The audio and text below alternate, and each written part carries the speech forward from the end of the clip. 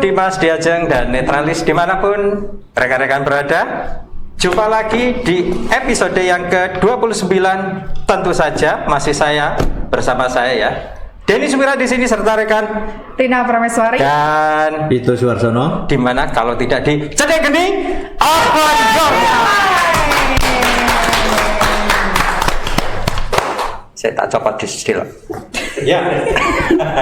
Ini pada hari ini di episode yang ke-29 ini ya, Dimas Diajeng kita akan hibur dengan isu-isu yang sangat panas, lemparan-lemparan bola yang sangat panas dari narasumber tentunya. Ya.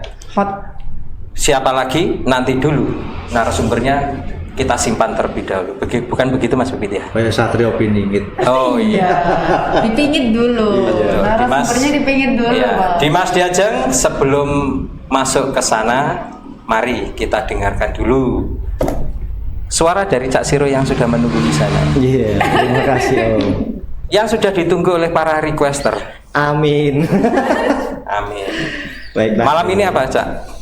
Lagu ini menggambarkan seseorang, sebetulnya ini buat orang yang sangat terkenal fenomenal ya sebetulnya. Seorang puisi ya, sastrawan, budayawan. Tapi lagu ini juga menggambarkan bintang tamu kita hari ini yang selalu berani berteriak lantang melawan ketidakadilan. Lah aku kan wingi berteriak lantang rasa main-main lah. Sampai berteriak di tengah sunyian. Oh. Jadi suaranya sendiri ya. Bahaya. Oh. Bengok-bengok dewi. Suaranya bergema sendiri, Pak. Gak mau ngimpi. Langsung Cak. Ya, Dimas Diajeng dan Netralis dimanapun Anda berada. Sebelum masuk ke Pantik Api tentunya saya mau ini dulu, Miss Rina ya, memperkenalkan bintang tamu narasumber kita pada episode yang ke-29 ini. Siapakah beliau? Beliau adalah Beliau adalah Mas Arif. siapa? Gak kompak loh. Siapakah beliau, Mas Arif? Kang Arif. Kang Arif. Oke, Kang Arif. Rahman Hakim. Gitu, Pak. Zubas Arif Ya, Rahman Zubas. Hakim. Itu. Wah, itu namanya 4 orang jadi 1 orang. Kayak trailer tuh, Kayak trailer gitu ya. Trailernya kita. Ya, Mas Arif nanti kita akan bincang-bincang ya Mas Arif ya. Tapi sebelumnya kita nanti perkenalan dan lain sebagainya, dan tema kita malam hari ini yang kelihatannya panas sampai hari ini kelihatannya panasnya masih ada ya. Ya, apalagi di dekatnya ini Ceting Geni gitu. Sudah panas dengan Saya juga kaosnya kuning. Apa hubungannya? Kayak api ya. Oh gitu, tak kirain kode yang lain. Iya. Baik, sebelumnya Mas, sebelum masuk ke perbincangan kita, ada biasanya yang namanya apa? Pantik Api, Mas tahapan Pantik Rina Api. yang akan membawakan Pantik Api. Apakah Pantik Api itu? Monggo dijelaskan dan langsung saja. Oke. Halo Mas Zubas, selamat datang di Ceting Geni. Siap. Kang Arif aja. Jangan tegang. Oh, Arif. Lebih ke Kang Arif. Lebih ke Kang Arif. Kalau di Ceting Geni namanya Dimas. Ya, Dimas Arif. Diajeng. Jangan Dimas. Kang Mas. Kang Mas Arif. Oke. Kang yo wis Mas lho padahal. Tambah tua ya. Kan lebih merakyat. Iya. Oh. Kang Riyadi. Oh. Di sini jangan sebut brand. Kodenya sudah terjawab. Kang Jokowi. Kang gitu ya. Jokowi. Oh iya, Kang Jokowi. Iya. Monggo. Oke. Pantai apinya. Mungkin bisa dipakai dulu untuk earphone-nya. Bentar aja tadi ya. Oh. Oh, Lama sampai besok dipakai. Orang ketok ganteng. ada. Iya.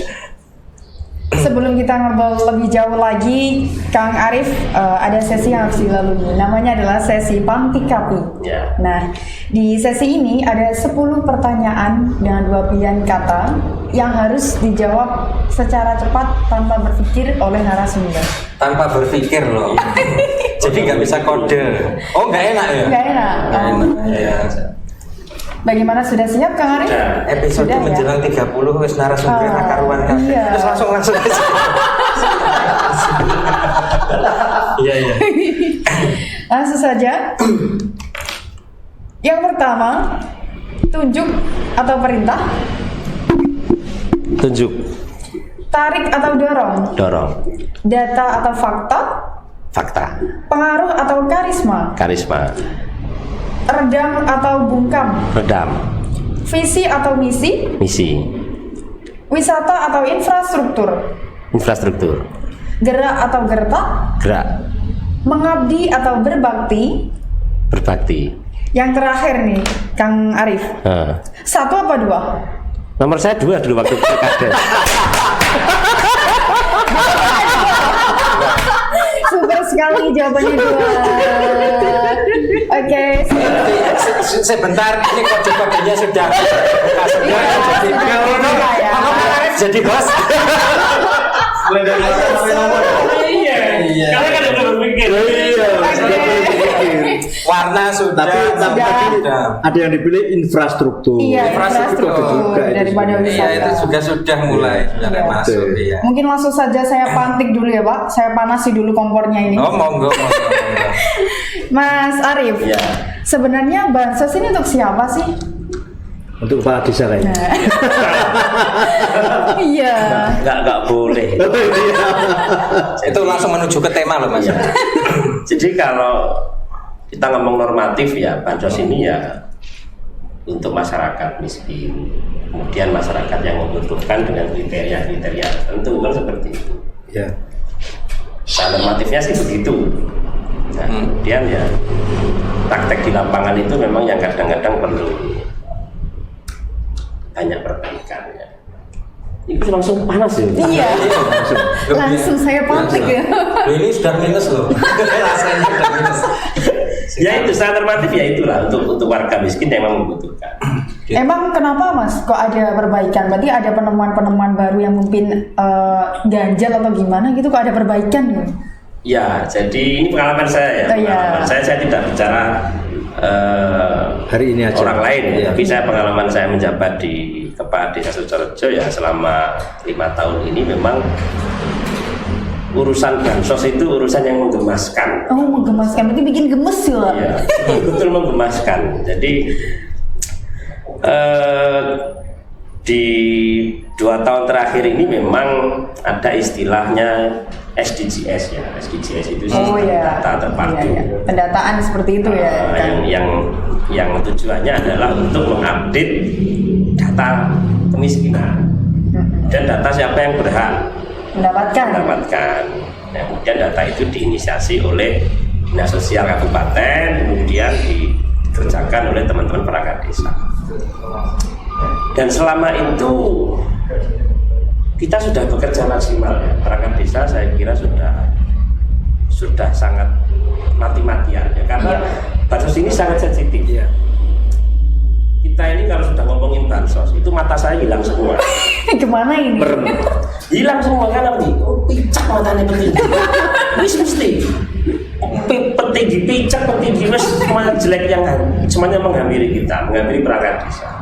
Dianggapnya kita ini yang melakukan manipulasi data. Dianggapnya kepala desa ini yang memberikan bansos hanya untuk warganya. Saya kan sering baca itu netizen ini. Memang netizen itu kan maha benar ya. Ya, maha benar atas segala omongannya. Pokoknya semua ditumpahkan, pokoknya petinggi, perangkat desa, Pak RT, itu sakit semua kalau urusan bansos. Kita pun juga nggak mau seperti itu. Makanya kemudian kita selalu mengupdate data kemiskinan itu ke dinas sosial. Baik. Tapi kadang-kadang kita sudah kayak gitu ya, sudah mati-matian. Nanti tiba-tiba data itu turun Beda lagi. Nah, ini yang pengen saya tanyakan itu. Jadi tadi kan ada inisiasi itu dari kabupaten ya, yang nanti dari kementerian itu. dari kementerian. SDGs itu Pak, SDGs. pendataan Iya. untuk Dari kementerian bansos kemudian sosial. turun ke desa. desa. Ke Dinsos. Ke Dinsos. Dinsos, terus kemudian alurnya seperti apa Mas? Kemudian software ini kemudian masing-masing desa kan diberi aplikasi untuk mengupdate itu. Mengupdate. Mengupdate. Artinya secara online itu sebenarnya. Secara online. Secara online. Ada database-nya itu. Ya. Iya, ya tapi ya itu. Katakanlah sudah kita update, nanti turun lagi bantuan yang baru nggak sesuai lagi. Berarti dengan orang yang sebelumnya yang pernah diupdate itu Pak, berarti updatean untuk yang saat ini itu turunnya Beda lah. data zaman dulu gitu Ya berarti. ini contoh yang terbaru ya, yang lagi in itu kan bansos COVID ya, bansos COVID yang per bansos bulan COVID. 300.000. Sensitif juga ini Pak. Ya. Ini kan di Sukorejo itu kita hanya mengusulkan sekitar 198 ya, angka persisnya saya lupa, cuman sekitar itu. 198 kakak. Kurang lebih. Bukan. Penerima. Oh, penerima. KPM.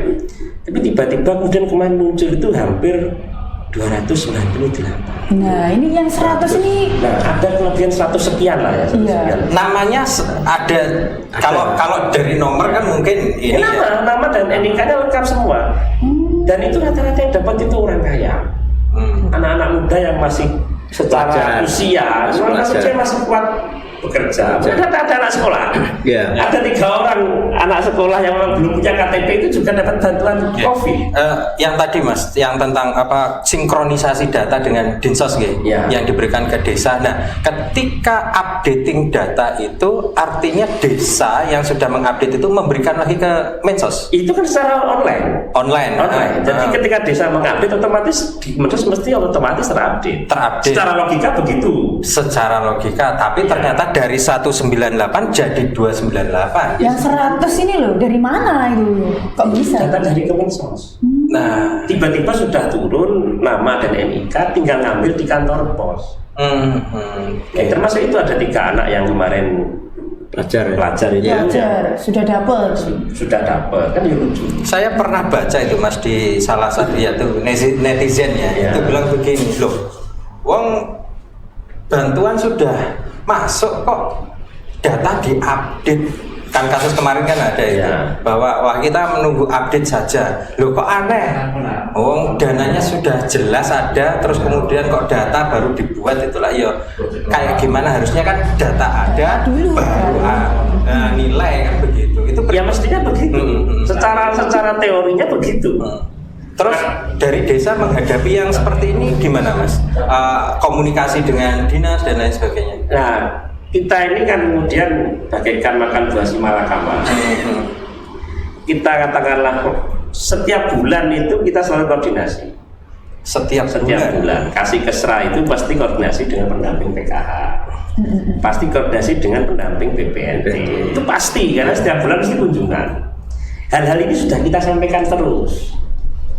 Ya, ini saya sampaikan terus. Bahkan ketika ada KPM BPNT yang namanya tidak sinkron ya dengan data, Ya. mungkin ada update KK dulu sudah punya, kemudian dia update KK ternyata ada perubahan. Itu kan satu huruf aja tidak sama atau ada spasi aja kan sudah tidak bisa cair. Nggak bisa. Nah, sampai kemudian sampai 7 bulan, ada yang 5 bulan, ini sudah kita komunikasikan terus. Ya, Bahkan ada yang meninggal kayak gitu. ya fungsi SDGs sebenarnya itu untuk mengupdate ketika ada Yang meninggal. ada yang warga yang memang secara ekonomi sudah mampu. Kan tujuan bansos ini kan itu kan. Tujuan bansos baik itu PKH, BPNT ini kan untuk mensejahterakan warga miskin. Nah, ketika warga ini sudah sejahtera kan harusnya kan sudah mulai dikurangi. Kan begitu logikanya kan begitu. Ya logikanya memang. Logikanya kan begitu. Jadi ada peningkatan ekonomi, ada peningkatan pendapatan, ada peningkatan status sosial. Nah, inilah fungsi SDGs itu sebenarnya. Jadi ketika dulu katakanlah di desa A itu tingkat kemiskinannya katakanlah terdata 300 orang yang mendapatkan PKH.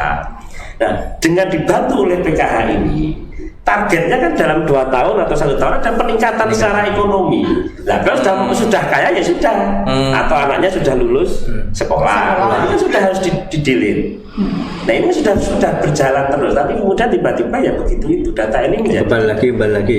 Dan tiap bulan seperti itu terus. Dan kadang-kadang tidak, ya ini yang terbaru yang kasus COVID ini yang hampir semua desa dan semua kota mengalami hal yang sama. Hampir semua desa. Saya kira begitu. Nah, ini tadi kan ada KPM, ada BPNT, bantuan COVID dan lain sebagainya. Sebenarnya bansos itu ada berapa ya ke desa? Iya, kok banyak sekali ya. Lah, Perasaan ada juga kemarin soalnya BNT kemarin itu, ini Pak. Mas. Kemarin itu Kang Mas seperti ini Mas ya. waktu kita ngobrol dengan publik apa kita kemarin Mall pelayanan publik. mall pelayanan publik tentang mall pelayanan publik itu kita Iya. sudah sampaikan itu bahwa masyarakat itu ada satu stereotip bahwa mereka itu sebenarnya nggak dong mekanisme begitu loh. Prosedurnya seperti apa? Nah ini sebenarnya bansos sendiri tuh akeh piro Iya gitu. sih. Banyak. Nah, Sangat banyak. Jadi bahkan kadang-kadang desa sendiri ini juga bingung ya untuk mensosialisasikan. Bener ini biar mungkin kalau Bu Risma denger ya, biar atau Pak Jokowi dia tahu lah. Kita di bawah ini nanti masuk sama Masuk, ke Bu Risma ya. Kemarin Bu Risma datang ke Tuban marah-marah, saya marah-marah. Iya. Benar, Bu Risma marah-marah sampai saya marahin balik. Oh iya, mari kita marah. Aneh gitu. Iya. Saya marahin balik ibu itu agak ngerti kita yang berjibawa di bawah Betul. gitu loh.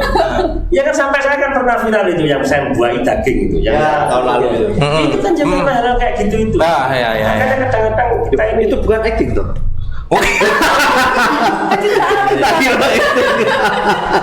Connect acting. ya ini salah satu contoh netizen lah. Ya membanding lah kita. Iya, membanding. Itu katanya ada perwakilan netizen. Iya. Yang penting jangan buzzer gitu. Oh iya. Berarti banyak ya Mas ya. Banyak. Sangat banyak sekali. Program bansos itu sebenarnya banyak sekali. Terus apa yang membuat susah sosialisasi tersebut ke masyarakat itu apa sebenarnya? Ya, jadi sekali lagi ya sebenarnya program Pak Jokowi ini dalam rangka untuk mengentaskan kemiskinan itu sangat luar biasa bagus. Ya, ada PKH itu kalau tidak salah dari Pak SBY ya sudah ada. Iya, Kemudian sudah ada ada. BPNT. Kemudian ketika hari ini masyarakat terdampak COVID ini kan juga dibantu semua. Ada bantuan untuk UMKM, ada bantuan untuk karyawan, dan macam-macam lah. Nah, cuman karena memang sinkronisasi data ini belum tercapai dengan baik, sehingga dana tidak tepat sasaran. Nah, ini PR yang maha besar ya. Sangat luar biasa ini, Pak. Yang ini sebenarnya diakui juga oleh Bu Mensos. Pada saat itu kan beliau kan juga mengakui staf Kemensos itu tiap malam kan tidak tidur waktu tidur, beliau iya. marah-marah di Sedangharjo itu kan. Iya. Nah, ya karena ini harus segera diselesaikan. Dan sebenarnya di era yang sudah Modern. digital kayak gini kan sebenarnya kan ya Lebih simpel mudah, ya, lebih ya. mudah. Tapi ya nggak ngerti juga mungkin ya saking banyaknya atau Gitu ya. mungkin saking kompleks. Saya positif tinggal salah. Saya kepentingan politik itu Saya bukan politisi, jadi saya tidak bisa jawab. ya. Ya kepala desa itu kan ya politik juga loh. Juga ya. Iya. Sekarang tidak langsung ya. Pemimpin politik gitu ya. Desa itu kan ya politik. Oh dipilih ya toh. Iya. Nah, Mas Arief, sebenarnya apa sih yang membedakan antara bansos yang satu dengan yang lainnya? Seperti halnya PKH, BPNT itu apa sih yang membedakan gitu? Atau sama-sama memang PKH untuk orang miskin, BPNT untuk orang miskin dengan kategori yang seperti apa gitu loh? Kok sampai banyak gitu kan ya? Iya. Kadang sebenarnya Ini sosialisasi Agak awal iya. awal lagi. sebenarnya itu saya pengennya itu ada satu orang PKH di sini. Satu orang ke. Ya, jadi kalau PKH itu adalah Iya. program keluarga harapan, ya, yang dimana dalam program PKH itu mengcover satu untuk pendidikan. Jadi Oke. ketika keluarga prasejahtera itu mempunyai anak sekolah yang tidak mampu, maka dibantu dengan program PKH. Kemudian ada program untuk ibu menyusui. Sebenarnya ada itu Ibu menyusui pun juga dapat. Enggak salah tadi saya nyusul bapak loh. Jadi ketika prasejahtera maka dia dulu di cover oleh PKH. Kemudian warga miskin yang memang secara ekonomi dia memang betul-betul tidak mampu. Nah, ini kan sebenarnya ada stimulan. Kalau PKH itu lebih ke arah stimulan secara ekonomi. Nah, kemudian kalau BPNT ini kan bagi yang tidak menerima PKH, warga miskin yang tidak terdaftar di PKH, maka kemudian diberi BPNT. BPNT itu juga nanti ada BPNT, BPNTD. Apa itu bedanya? Nah, BPNT itu dari pemerintah pusat. Kalau sudah tidak terdaftar di BPNT, maka ada BPNTD, BPNT daerah. Itu yang menganggarkan pemerintah kabupaten. Kalau BST pusat ya. Kalau BST pusat. Itu perbedaan. Cuman PKH ini juga dapat BPNT. Oh begitu. Di PKH juga dapat beras. Kalau BPNT itu kan lebih ke komoditas, lebih ke arah pemenuhan kebutuhan Pokok. nutrisi ya, pokok ya, jadi lebih ke arah makanan. Nah, Karena bentuknya pangan. oke, Iya. Kang Arif, ada lagi nih Kang Arif ya. Nah tadi kan saya bilang kalau masyarakat itu gak ngerti prosedurnya gitu sebenarnya kan gitu. Angel sosialisasi ini juga membingungkan sebenarnya kan, dari desa juga susah bagaimana menjelaskan itu kan gitu. Nah ada masyarakat itu yang kadang-kadang juga apatis mas. Apatis itu jadi gini, aku rajupuk yo rapopo begitu, daripada angel tenanan itu satu. Ada juga dia kerasa bahwa aku mosok ditulisi miskin cacah omahku kan gitu kan. Ada juga kan ada rasanya seperti itu. Nah kalau Kang Arif sendiri melihat penduduk jenengan yang seperti itu pripun mas? Ya makanya justru ketika ada warga yang terdaftar di PKH, kemudian karena secara ekonomi dalam perkembangan kehidupannya dia mengalami sebuah peningkatan, ya mestinya dia dengan sadar diri mundurkan diri dari program itu. Tapi ternyata di lapangan seperti apa sih Pak? Ya kadang-kadang karena ya itu tadi kenapa dia risih dengan stiker miskin, karena kan dia sudah tidak miskin. Ya kalau dia miskin dikasih stiker mau dipilok ya biarin aja kalau saya miskin. Nah tapi rata-rata kan memang peserta PKH ini karena memang program ini baik dan bermanfaat. Dan ketika peserta ini sudah mengalami peningkatan secara ekonomi, mereka mau melepas itu juga berat. Nah makanya dibutuhkan ketegasan, dibutuhkan komunikasi yang baik oleh pendamping desa, oleh perangkat desa untuk memberikan kesadaran. Jadi biar gantian gitu. Jadi katakanlah keluarga A ini sudah bisa bangun rumah tembok, anaknya sudah selesai sekolah, ya dengan sadar diri lah dan untuk mengundurkan diri dari program itu sebenarnya. Tapi memang untuk program ini kelihatannya kalau dipakai rakyat miskin ya, notabene miskin, itu seperti ajang gini Pak. Ya mohon maaf ya sebelumnya, seperti ajang dapat gaji gitu, bisa dinanti-nanti gitu. Itu menurut Kang Arif gimana gitu? Soalnya kan nggak kerja tapi tiap entah 3 bulan sekali, entah 2 bulan sekali itu pasti dapat gitu loh. Kayak ya udahlah kita tunggu gak gajian gitu. Itu gimana itu tanggapannya Kang Arif itu? Ya, kalau terkait dengan sikap warga secara personal mereka menyikapi bantuan itu memang bermacam-macam. Kita tidak bisa kemudian harus otoriter memaksa mereka untuk. Ya faktanya memang banyak yang mendapatkan PKH tapi kemudian tidak dipakai sebagaimana peruntukan. Itu memang banyak sekali. Ya kembali ke mindset dan pola pembinaan kita. Pola pembinaan dari teman-teman pendamping, kemudian berkoordinasi dengan perangkat desa ya itu tadi itu memberikan kesadaran pada masyarakat. Ya makanya kadang kemudian banyak yang merasa bansos ini hanya untuk orang-orang tertentu. Bansos ini hanya dipilih dan sebagainya. Ini kan mindset yang memang kadang-kadang ya tercipta oleh sistem itu ya.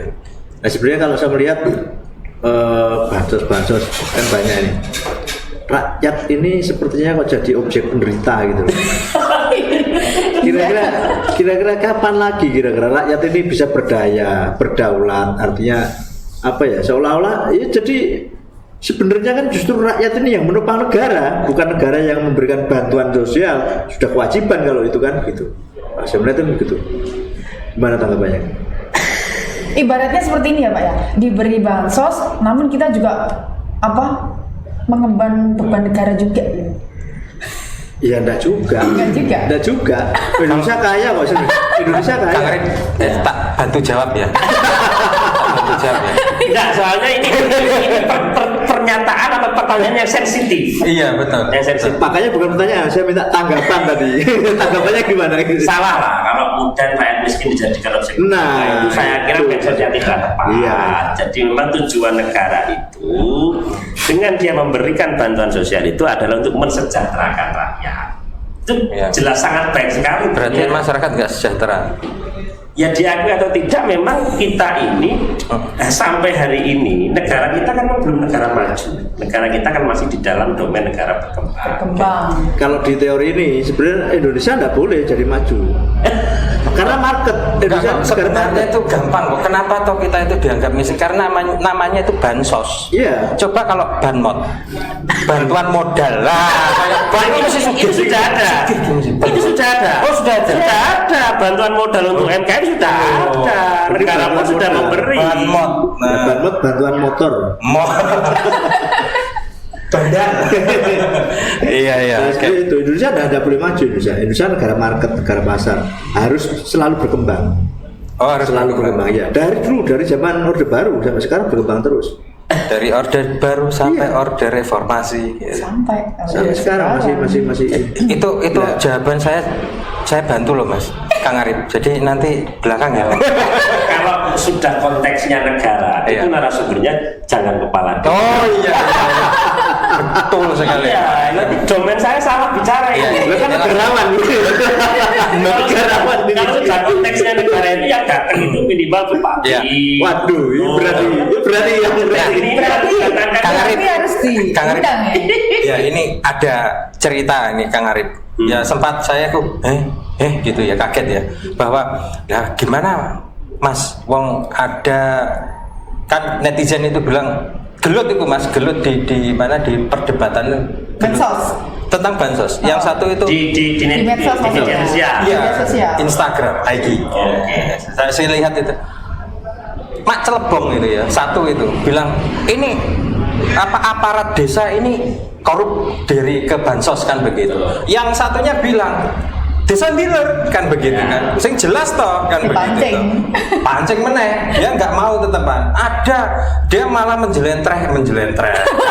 Menjabarkan. Nah, itu menjabarkan itu begini. Lah gimana? Ada kasus itu katakanlah tadi stiker ya. Stiker itu ternyata stikernya itu diambil, dikeletek begitu. Nah, berarti kan bantuannya itu kemana kalau nggak ke perangkat begitu. Itu pripun tanggapannya Mas Arif?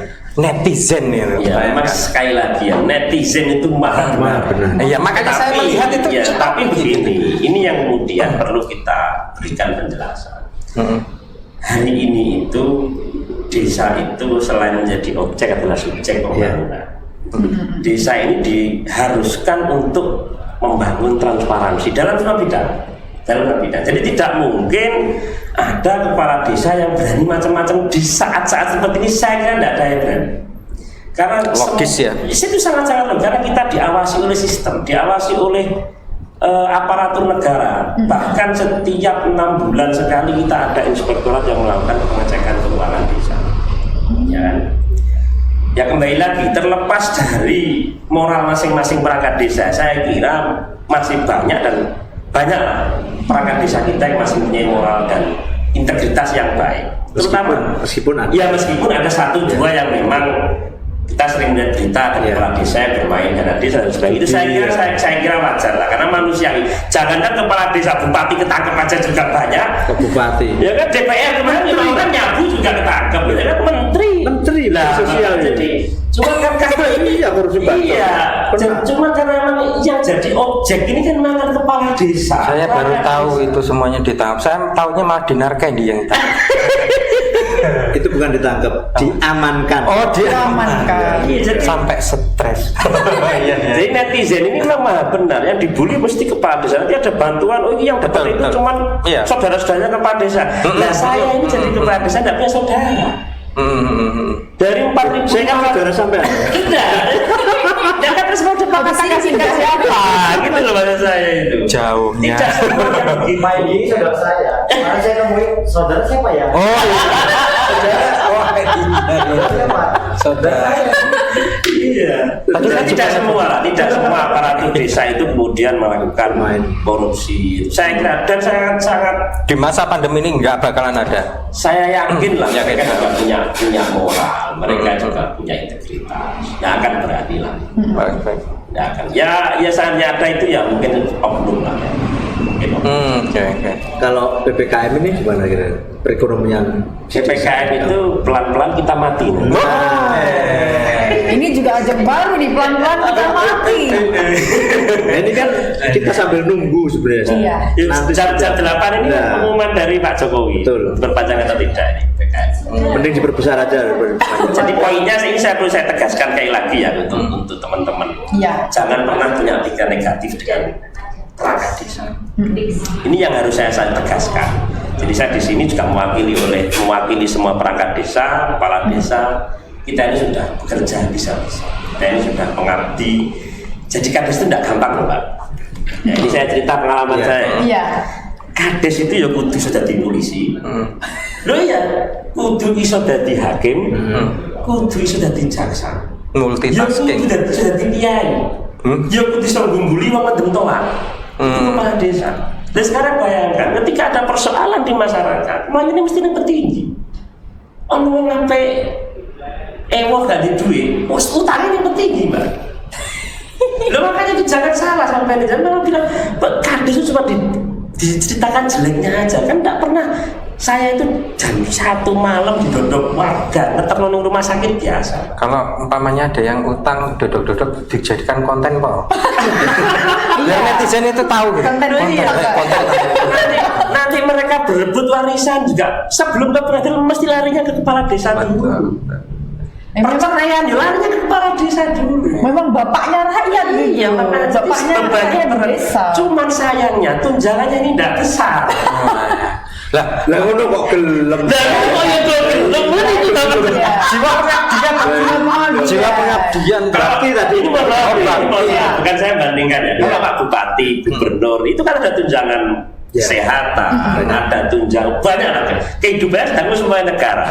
Lah nek kades itu dituban gajinya cuma 3.500.000. Ini saya terbuka aja. Iya. Cuma 3.500.000. Wes resik wis sak tunjangannya kabeh.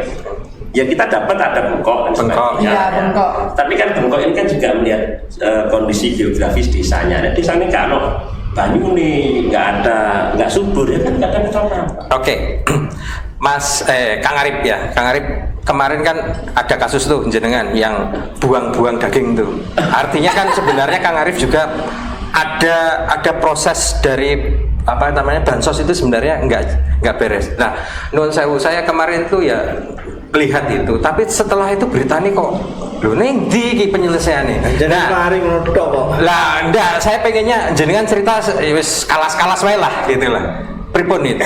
Jadi ada apa sebenarnya? Jadi itu ceritanya saya mendapat laporan dari warga, dari Pak RT ya. Kalau warga saya ada yang sakit. Ada yang sakit setelah makan daging BPNT itu. Oh gitu. Nah kemudian spontan saya datang ke dusun Borosoco waktu itu. Nah saya tanya dari mana dagingnya, dari agen. Nah setelah saya datang ke agen itu saya ya untungnya masih ada beberapa yang belum diambil. Dan ternyata betul daging itu benar-benar sudah tidak layak pakai, tidak layak makan. Sudah bau. Jamur bau. Dan itu spontan karena saya itu nggak terima rakyat saya diperlakukan begitu, saya buat. Ya wes. Lah ada yang video di viral ya sembuh, aku juga tahu. Langsung mau pencitraan loh. Nah, itu ceritanya begitu ya. Ceritanya begitu. Jadi jangan bilang pencitraan itu saya tidak Terus tahu. akhirnya sebenarnya ada apa? Endingnya seperti Ya. apa endingnya, Pak? Apakah terus ya sudahlah damai, yang penting lu besok-besok jangan ulangin atau Gantinya diganti kan waktu Ya. itu. Iya, jadi endingnya waktu itu agen supplier ya. Supplier saya minta untuk mengganti, kemudian ya sudahlah saya harus cerita di sini. Oke. Artinya kalau seperti artinya Ada hal yang tidak bisa saya sampaikan di forum ini. itu tidak bisa dimasukkan ke ranah hukum gitu, Kang Arif pada waktu itu.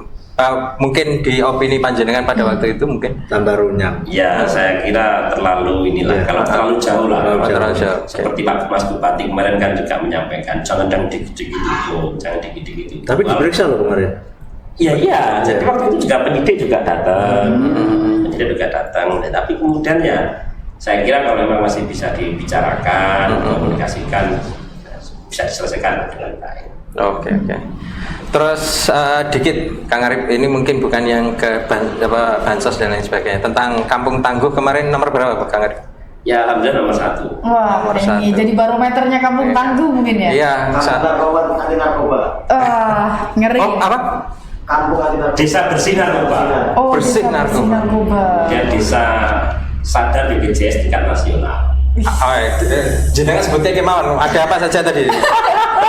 Prestasi apa Desa saja? bersih. Wah. Jadi yang membanggakan itu di tahun 2019 Desa Sutorejo itu menjadi desa sadar BPJS. Sadar BPJS. Yang mana Bayarnya pakai sampah. Bayarnya pakai sampah. Sehingga kita Oke. dapat jual 1 dan alhamdulillah sekarang warga Sutorejo itu kalau ada yang meninggal wajar itu dapat 42 juta. Ahli warisnya. Kalau kecelakaan di laut maupun di darat itu dapat 200 juta. Dalam itu sudah berjalan dan banyak yang sudah merasakan manfaatnya. Sadar Hanya BPJS. 17.600 per bulan. Ada lagi Kayaknya. selain itu sadar. Banyak kalau prestasi Sutorejo itu di kantor saya piala tidak kuat itu Pak. Wah. Itu sampai nggak kuat itu bikin sendiri apa? Banyak tamu yang datang itu kalian silakan dicek aja nggak apa-apa minta terbuka. Siap. Ini patut dicontoh ya. Iya, bisa Dimas jadi Diajeng. barometer. Iya, masih muda, pemimpin muda, mungkin ya kita doakan semoga Tuban memiliki seperti Kang Arif ya. Nah, ini apa statement akhir ini jenengan buat Pesan-pesan. Dimas Diajeng dan Netralis gitu. Yang untuk para pemuda serta biar bisa menjadi inspirasi begitu loh. Ya, jadi yang pertama itu modal saya itu jujur ya. Jujur aja. Saya itu sebelum kades kan debt collector Pak. Saya dulu debt collector. Teman-teman kolektor Tuban kenal saya. Teman-teman vendor itu kenal saya semua. Kemudian yang penting jujur, kemudian kerja keras dan memang harus bertanggung jawab. Itu saja sih. Kalau kita punya setiap pemuda punya jiwa jujur, kerja keras dan bertanggung jawab, mau jadi apapun so far so good lah. Bener ya bahasa Inggris itu? Iya. Oh iya. So far. Saya kira semua akan everything is okay lah. Jadi apapun pasti dia akan mewarnai. Oke, terima kasih.